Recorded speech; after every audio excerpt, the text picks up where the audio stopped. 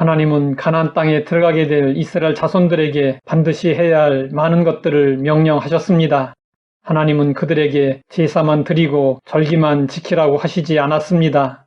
하나님은 이스라엘 자손들에게 가나안 땅 전체를 세 구역으로 나누어 길을 닦고 도피성을 만들라고 하셨습니다. 이스라엘에는 요단강 동편에 도피성까지 모두 6 도피성이 있었습니다. 하나님은 왜 도피성을 만들라고 하셨을까요? 가령 어떤 사람이 벌목하러 삼림에 들어가서 도끼로 나무를 찍을 때 도끼가 자루에서 빠져 그의 이웃을 맞춰 죽게 되었을 때 죽은 사람의 가족이나 친척에게 보복 살해당하는 것을 막기 위함이었습니다. 고의성 없이 실수로 살인을 하게 된 사람은 도피성으로 들어가서 보복을 피하고 생명을 보존할 수 있었습니다.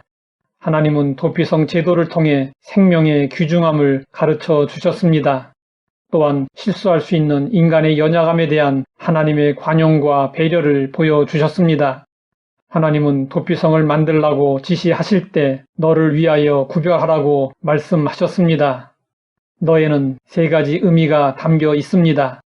첫 번째 너는 부지 중에 사람을 죽인 살인자 자신입니다.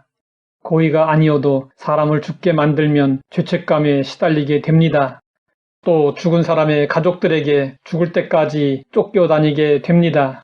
이런 안타까운 처지에 놓인 살인자에게 하나님은 그가 보복을 면하고 살아갈 수 있는 길을 마련해 주신 것입니다.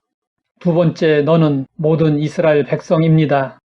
실수로 사람을 죽인 자에 대해서 구별 없이 다른 살인자와 똑같이 처벌을 하면 이스라엘은 무지한 피를 흘리게 하는 악한 공동체가 되고 맙니다.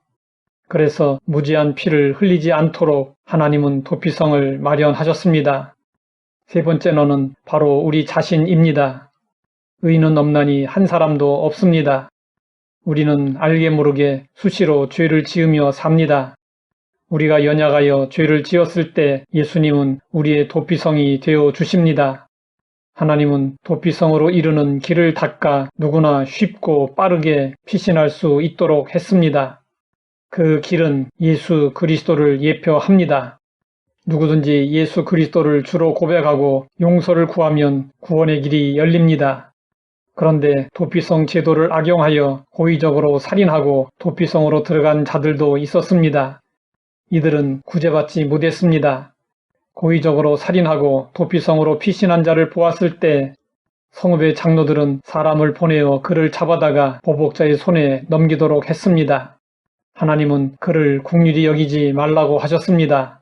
오늘날에도 고의적으로 죄를 짓고 도피성을 악용하는 자들이 있습니다. 하나님을 믿으면 다 용서받을 수 있으니 죄짓고 살면 어떠냐는 사람들입니다. 또 내 마음대로 죄짓고 살다가 죽기 바로 직전에 회개하면 용서받고 구원받을 수 있다는 사람들입니다. 이들에게는 진정으로 죄를 회개하는 마음도 없고 죄의 세력에서 벗어나려는 의지도 없고 예수님을 본받으려는 노력도 없습니다. 이런 사람들로 인해 하나님의 값없는 은혜가 값싼 은혜, 싸구려 은혜가 되어버립니다. 우리는 하나님의 값없는 은혜를 값싼 은혜로 만들면 안 됩니다. 값싼 은혜는 교회의 치명적인 적입니다. 우리는 연약하기 때문에 십자가의 보혈로 죄 씻음받고 구원을 받은 후에도 또다시 죄를 지을 수 있습니다. 그러나 구원받은 그리스도인들은 뻔뻔하게 어차피 용서받는데 뭐 어때 라고 생각하지 않습니다. 하나님 앞에서 또다시 죄를 지음으로 하나님의 영광을 가린 자신을 부끄러워하고 복음에 합당한 삶을 살지 못한 것을 눈물로 회개합니다. 그리고 다시는 죄를 범하지 않고 하나님의 뜻대로 살겠다고 다짐하고 노력합니다. 이것이 거듭나고 구원받은 정상적인 성도의 모습입니다. 죄를 지었다면 도피성이신 우리의 구주 예수님에게로 빨리 달려가십시오. 예수님의 보혈의 공로와 능력을 힘입으면 어떤 죄라 할지라도 용서받을 수 있습니다. 하나님 아버지, 우리의 죄 문제를 해결하시고자 예수님을 도피성으로 삼아주시니 감사합니다. 도피성 안에서 예수님과 함께하며 온전히 새 사람으로 변화되게 하옵소서. 예수님의 이름으로 기도드립니다.